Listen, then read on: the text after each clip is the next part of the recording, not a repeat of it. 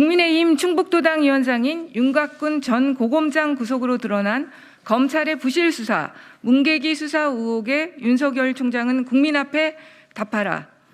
라임 자산운용 사태 관련 국민의힘 충북도당 위원장인 윤곽근 전 고검장이 구속됐다. 우리은행의 라임펀드 판매 재개를 위한 로비 명목으로 라임 관계사로부터 2억여 원을 받은 혐의입니다.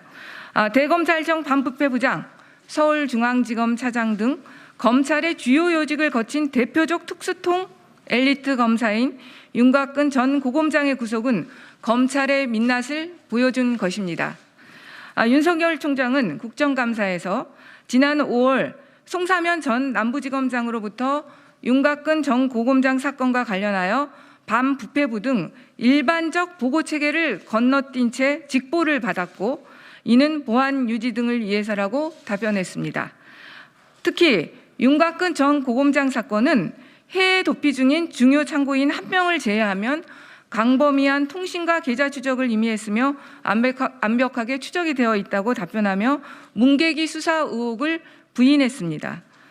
그러나 라임 사태의 핵심 인물인 김봉현 회장은 지난 10월 옥중 서신을 통해 해당 로비에 대해 검찰에 얘기했음에도 수사가 진행되지 않았다며 윤석열 총장의 철저 수사 지시와는 상반된 주장을 했습니다.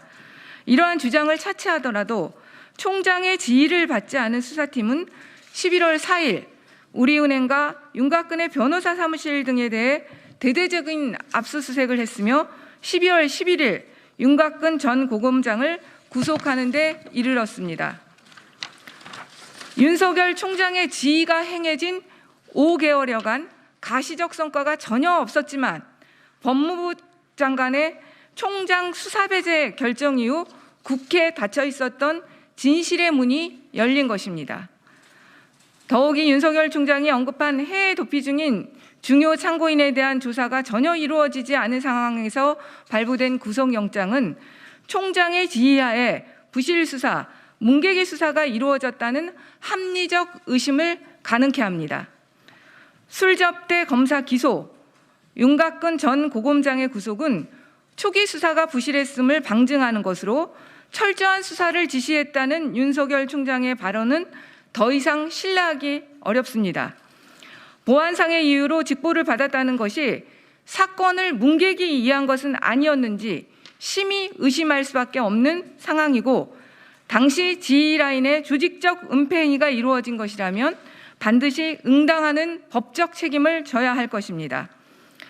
일반 형사사건 기소율이 평균 30%대이고 검사 비위 관련 기소율이 0.1%대인 이유가 절로 이해가 되는 상황입니다.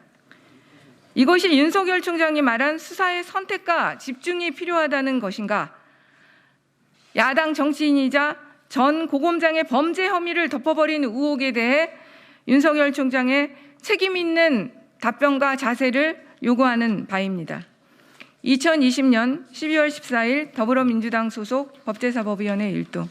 네, 감사합니다. 고생하셨습니다. 고맙습니다.